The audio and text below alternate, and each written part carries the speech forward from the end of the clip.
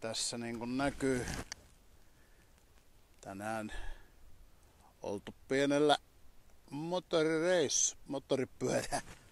moottoripyöräreissulla tuolla ajeltua. Semmonen, no tankillinen, kulutettiin bensaa siinä, että sen verran tuli käytyä taitettua matkaa suomalaisessa suvessa, että onpa tullut taas prätkä testattua, että kulkeeko ja pelittääkö. Niin kuin tossa jossain videoille jo laitoinkin, että pari vuotta kerkästi, että se kuluu kun on niin kuin viimeksi fillariin siis ajellut. Tuossa näkyy vielä, jätin tarkoituksella tuohon bensatankkiin, tiedätkö, tuommoiset jäljet, kun silloin 2015 tässä näin ajeltiin ja 1-2 sukellettiin läpi ilman ja sinne Audin perään räsäytettiin ja sitten asfaltilta siinä sitten niin kun havahduin, että näinks tässä nyt sitten piti käydä, että ei se oikein kivalta tuntunut, tietsä, nousta siinä. Jos kai mulla oli hetkeksi taju mennyt siinä. Tuolla tultiin Zakopannesta serkkupojan kanssa. Mä monta kertaa tämän kertonut kohti kotimaalta ja sinne Eteläpuolassa sitten tuli pieni peräänajo. Se oli semmonen, sanotaanko näin, että kulkiessa sattuu. Siellä voi sattua kaikenlaisia ja hiukkahan se minua kyllä rauhoitti tässä moottoripyörää, jos sen jälkeen, että mä niin kauheasti vittinyt ajella. Se on kuule, jos joku tulee yksi täkki eteen, niin siinä on sitten aika avutonta poikaa, ettei siinä paljon kuule ehdi mitään tekemään että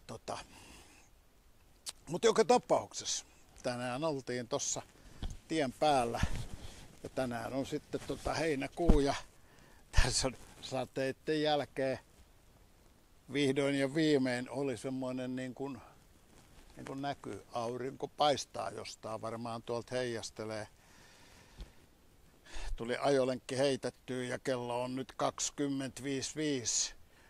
ja mones päivä tää nyt sitten näyttää olevan 9. päivä. Ja mä läksin sitten tuolta joskus 3 maissa. Että tämmönen lenkki tästä tuli ajettua ja piipahin tuossa välillä kyllä sitten vielä velipojalla tossa. Just sopivasti menin, oli grillattu makkara ja Eriä oli tehnyt siellä, tiedät siellä sandwichit ja mikä oli käydä. Pöytä oli katettu hienosti ja kahvit ja mitä vielä tänään, tiedätkö, on ollut aika huikea päivä. Tuoretta, ihan uutta mansikkaa. Lastenkaa tällä viikolla jo viikonvaihteessa keräiltiin tai sitten jos omalta tontilta, niin metsämansikoita. Mutta nyt vaimot on jo päivällä torilta ja Eriä oli tehnyt sinne kermakakun. Ai että, oli hyvää. Sain nauttia. Miten nyt sanois, ihanasta kesäpäivästä. No, tässä moottoripyöräilyssä monethan pitää, että tää on niin ainutlaatuista, kun tulee tuoksut, tulee kaikki ja tässä on semmoista vapauden tunnetta. Itse kun on enempi niin kuin tosiasiassa automiehiä, tullut ajettua aikanaan vähän kilivankiin ja hiukka isokin kovaa, niin tiedä, autoratis mä kuitenkin saavutan, tiedätkö, semmoiset oikein niin kuin hyvät vibat on saavuttanut. Ja nykyään se on, tiedätkö, mä aina sanon näissä väreissä, kun näihin väreihin pääsee, näihin herrasmiesväreihin, niin täällä sitten ei enää niin se kaasu tarvii enää petaalikaan aina olla pohjassa eikä hanaa lyödä ihan niin kuin vaan tosta noin. Nyt mennään, semmoista oli mukavaa. Tai oli melkein semmoista, tiedätkö, 7 ja 80. En paljon yli 80, semmoista vauhtia. Säästihän se bensaa ja tuntuu, että oli aika sopiva vauhti. Mähän tykkään, että mä ajan livenä, että mulla ei ole mitään maskia eikä tollasia suojia eikä mitään. Mä tykkään semmosesta niin kuin aidosta lännenmiestyylistä. Se varmasti minut valtas aikanaan kaikkein eniten silloin jo nuorena, kun ei oikeastaan siihen aikaan Suomessa, niin tiedä mitä kirjoja sit olisi lukenut, mutta lännen kirjoja oli Tex Willerit ja Pecos Billyt ja kaiken maailman David Rocketit ynnä muut kaverit sieltä lännestä. Tietysti sitten tuli Jerry Cottoni se ja Bill Decker. Et niitä luettiin sitten nuorena tosi paljon ja kaikki lännen filmit tuli seurattua, niin kai se jollain lailla nyt on tässä moottoripyörän selässä niin kuin kokee vähän, että hei, täältä tulee kaupoja. Mä oon vähän kuullut siihen ryhmään, tiedätkö, että jotkut kaverit tykkää ajaa letkas ja tuntuuhan se, kun me oltiin Lappeenrannassa tuossa viime viikon vaihteessa, niin sinne kokoontui tämmöinen chopperi jengi siihen satamaan ja niitä kun on varmaan 100 pyörää ehkä jotain tällaista, niin oli se aika hienon näköistä ja semmoista vaikuttavaa, kun kuule koneet paukkuja. Oli hyvä soundi, putkista tuli, niin oli se silleen ihan hieno fiilis. Mutta itse mä olen tämmönen niin kuin yksinäinen, vähän tällainen kaupoi. Tykkään ajella oman itteni kanssa ja olla, kun sit voi olla ihan mitä vaan siellä sitten pysähtyy, mihinkä pysähtyy. Ja, et mä oon vähän tämmönen, mä en koskaan ollut oikein hyvä joukkuepelaaja.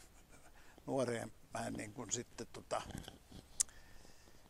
nuoreen mä en oikein pärjännyt siitä, niin sit musta tuli vähän tämmönen yksilö niin kuin tavallaan tässä uskovaisten jengiskin, niin mä en oikein löytänyt sieltä seurakunnista enkä mistään sellaista, että mä kuulun tähän ja tähän porukkaan. Siihen porukkaan mä kyllä koen kuuluvani, jotka niin kuin on matkalla taivaaseen, niin semmosia vilpittömiä, mutta tuntuu, että uskovien piirissäkin joskus silloin tapaa, niin kuin tiedät, siellä semmoista niin kuin sielunkumppaneita. Mutta ei ne läheskään kaikki uskovaiset olla niin kuin sielunkumppaneita keskenään. Et en tiedä, mistä se johtuu, mutta tällainen olen. Tällaiseksi Jumala mut teki. Mulla oli tuossa mielessä semmonen, tiedät siellä, kun aikanaan musta teki vaikutuksen semmonen laulu ja semmonen elokuva. Mä en muista nyt sen elokuvan, mikä joki se nyt oli. Mutta kuitenkin siinä näytteli tämmönen näyttelijä, joku Lee Marvin. Ja sitten siinä laulu oli englanninkielinen laulu, se on tehty suomeksi, mä en muista kuka sen on tehnyt. Toiset on luotuja kulkemaan. No, monet ajattelee kulkemisella tietysti sitä, että mä olen paikasta toiseen, mä liikun koko ajan jossakin. No se on totta, että on aikoinaan Alankoksen laulo, Ismo Alanko tätä laulua, että vaeltavat jalat. Niin mä itsekin koen itteni vähän semmoiseksi rauhattomaksi sieluksi. Totta kai sitä nuorempana oli tiedätkö, sellainen, että ei oikein koskaan osannut pysähtyä paikalleen. Mutta nyt, kun ikää on tullut lisää, ja sit mä oon oppinut niinku hyväksyä, että mä olen Markku Kalervo, Hattara Laurin paperityömiehen ja Eeva Tyynen poika, siivooja. Että mä olen sitä, mitä mä olen. Onks mä rikasta ja rakasta, kyllä sillä ei ole merkitystä, vaan se, että mitä mä olen itse itsessäni. Onhan tää ollut lähes 50 vuoden työ niin kuin etsiä itseään, mutta mä suhteellisen tyytyväinen olen. Totta kai jos elämä alkaa kelailee tälleen niin kuin, että hei, että voisi mullakin olla, kun katsoin tuosta justiin tätä pyörää, että jos panis myyntiin tämän, Ja onhan tää tässä, jos joku haluaa mulle tarjouksen tehdä, niin onhan tää tässä tietysti tää hyvä Suzuki 800 ja 70 tonnia ajettu. Ja mullahan tää on ollut melkein, jo muista koska tää ostettiin. Tää on ollut jo kauan aikaa. Mä oon tykännyt tästä.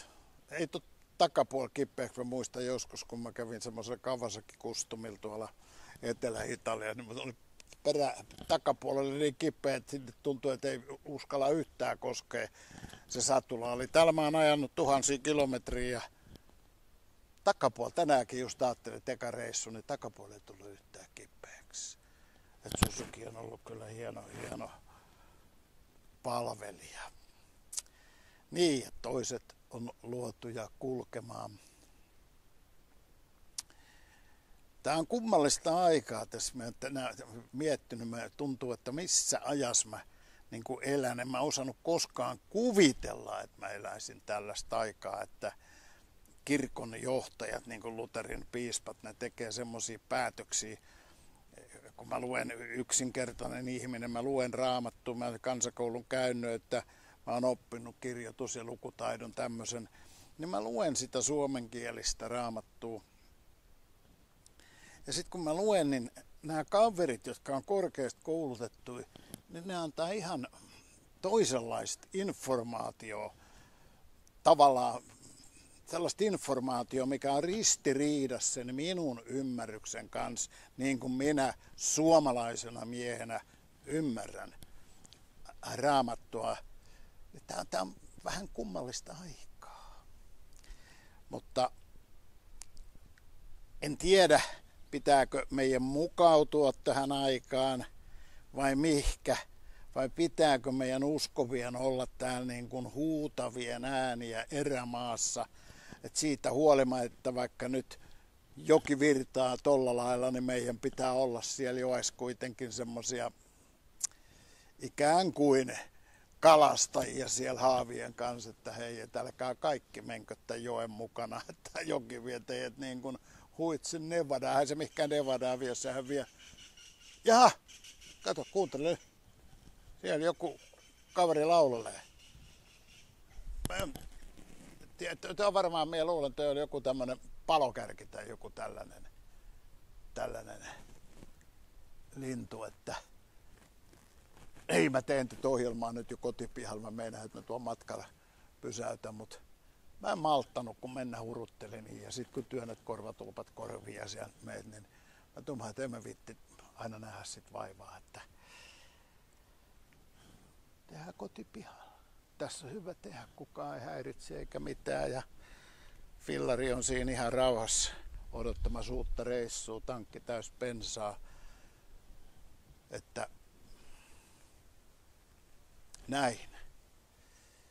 Mä ajelen tuolla tiellä, mä aina ajattelen, mennään tietä.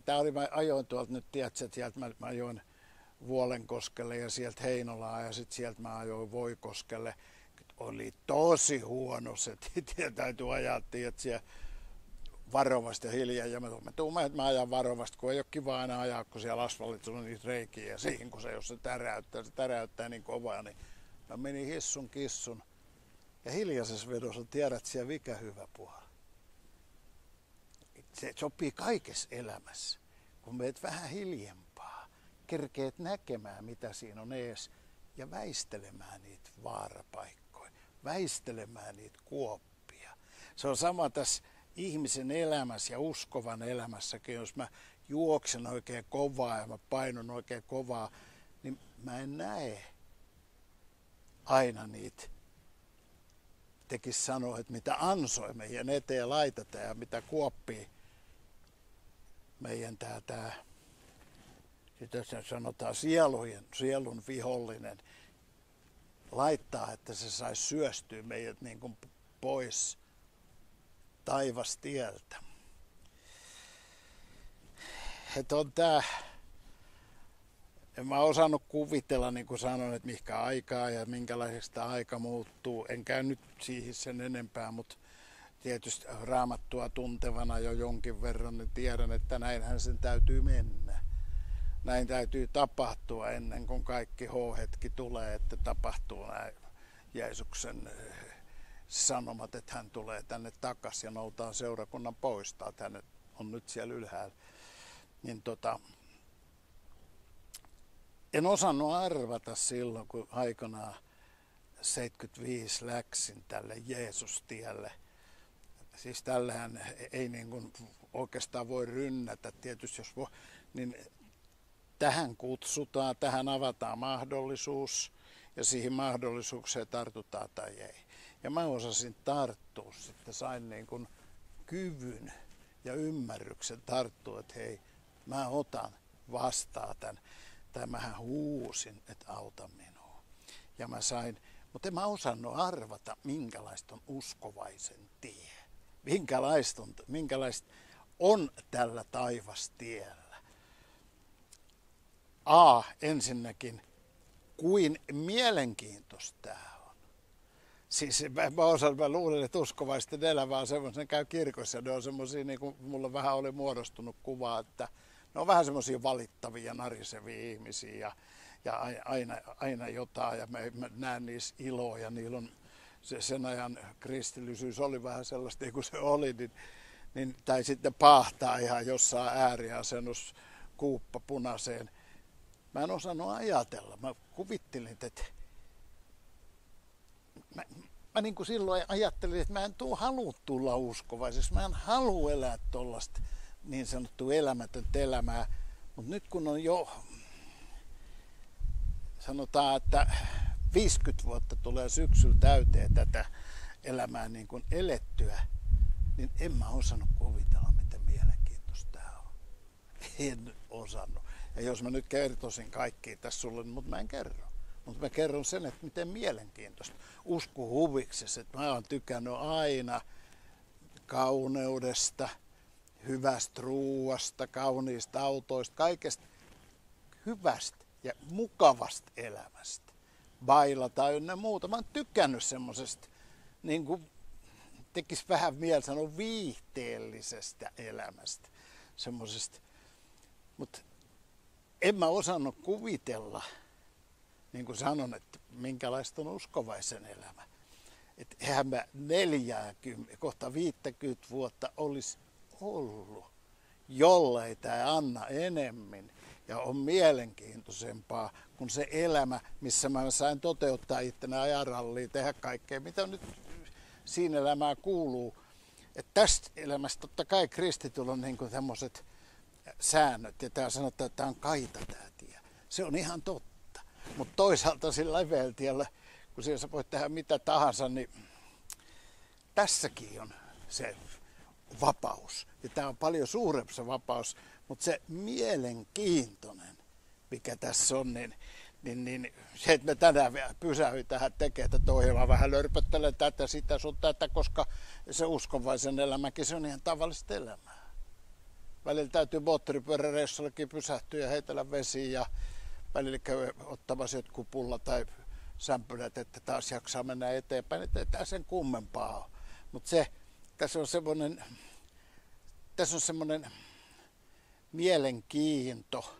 Sitä ei oikeastaan voi käsillä kosketella ja sä et välttämättä sitä sillä lailla silmillä näe. Mutta se on semmoinen sisäinen maailma, mikä, niin kuin tänään kuuntelin jotain, tuossa puhuttiin muutoksesta ja tuli mieleen tuo Veikko Lavi muistaakseni laulus, että muuttuuko ihminen ja mihin suuntaan. Niin sen mä tiedän 100% varmasti. Ja siitä on kymmeniä ja satoja ja tuhansia ja miljoonia todistuksia.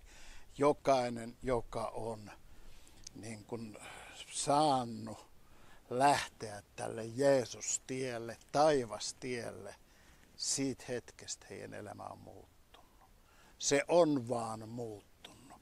Ja sä et niin kuin voi tehdä, sit sä teet elämässä esimerkiksi silleen, nyt mä muutun ja mä tuun uskovaiseksi. Nyt mä muutun ja mä teen sellaiseksi. Niin tää ei toimi. Tää vaan toimii niin, että okei Jumala, mä haluan antaa elämän sinulle. Okei Jeesus, mä haluan tulla tuntea sut. Tää on vastaanottamista. Sä otat, tää on lahja Elämä on jo pelkästään lahja, koska sä et itseäsi synnyttänyt. Tämä on lahja, Jumalan antama lahja. Tämä on elämän lahja. Ja tätä ei voi muuta kuin avautua ja sanoa, että okei, mä otan sut vastaan. Onpa hienoa pilveä, tiedätkö? Tai nyt kun katselen tuonne taivaalle, tulee mieleen aina. Tuossa on ihan niin kuin,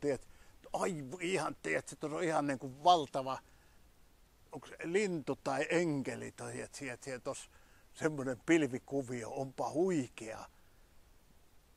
Onpa huikea. Ja ajattele, kun kerran sanotaan, että Jeesus tulee takaisin, niin kaikki näkee, kun hän tuolta taivaasta tulee. Ja silloin kun hän lähti täältä, niin sinne läsnä olevat, ketkä siinä näki, niin näki, kun hän lähti, pilvi vei Jeesuksen tuonne ylös. Ja me odotetaan, uskovat sitä päivää. Koska jos me vaan eletään niin kuin täällä, niin se on absoluuttisen varmaa, että sinne mennään maahan. Se on, tai kuka haluaa tuhkat mereen, kuka mihinkin, mutta tänne maankamaraan se menee tämä keho. Mutta henki ja sielu menee Jumalan tykö. Tämä on mielenkiintoinen elämä. En tiedä. Haluatko sä? Joku tekee bisnestä ja se saa fyrkaa. Mäkin olen tehnyt bisnestä ja mä oon saanut fyrkaa. Joku hakee haaveammatin. Mäkin olen saanut haaveammatin ja olen saanut tehdä sitä. Joku haluaa oman yrityksen. Mäkin olen saanut sen ja mä oon saanut tehdä sitä. Joku haluaa harrastaa sellaista jotain lempiharrastusta. Minäkin sain harrastaa autourheilua, ajaa kilpaa, rallia ynnä muuta. Minäkin olen saanut sitä tehdä. Kaikkea tämmöistä. Matkustaa. Mä oon saanut matkustaa. Joku haluaa jonkun kiltsin tai useamman kiltsin. No minäkin olen saanut niitä. Kaikkea. Mutta kaikki yhteensä ei ole sitä, mitä uskonelämä antaa. Mitä tämä taivastie on. Ei yksikään, vaikka mä ajan kuinka Pulkkilanharjuu tai ajan Savonlinnaa tai mikä Punkaharjuu tai Suomen kauneimpia paikkoja tai Norjas niitä vuonoja rantoja olen ajanut tai Euroopassa tuolla Välimeren rantoja, vaikka kuinka kauniilla paikalla. Mikään ei vedä vertoja taivastielle. Ei Eurooppa kutonen, ei varmasti Jenkkien se 666, eikä nelostie, vaan taivastie. Tämä on huikea tie. Ja jos mä voisin, niin mä ottaisin sut kädestä kiinni ja vetäisin sut niin kuin väkisin. Mutta tässä taivastie hommassa ei ole väkisin juttuja. Tämä on vaan ihan vapaaehtoinen juttu. Jumala vaan nyt just tarjoaa sulle tilaisuuden. Joka hetki mahdollisuus lähteä tälle tielle. No, enpä mä nyt menee muuten. Mulla tahtoo aina lähteä, tiedätkö, kun ajatukset menee. Nyt se pilvi on, kato, näin se meni. Se on tossa vielä, mutta nyt se on se muoto, missä se äsken oli, niin se on aika iso tossa taivaan täydellä. Se hävisi. Tää hetkikin ajattelen, minkä mä nyt sulle puhun ja sä katot. Tää hävisi, koska mä lopetan tää nyt. Kaikkea hyvää sulle ja ajelet se fillarilta ja ajelet autolta ja moottoripyörällä, niin pidetään, muista aina, liikenteessä monta vaaraa on piessä. Silmät auki. Ja jos joku tarvii apua, niin autetaan. Toinen toistamme. Ei aina tarvi olla hätäkään. Voi olla vaan ihan, että joku istuu yksin. Jos saa kahvilas, niin mä voin mennä pöytään ja kysyä, voiko mä tulla jutskaan. Se voi olla jollekin jo niin sanottu spesiaalihetki. Kaikkea hyvää sulle ja taivaan siunausta. Moikka!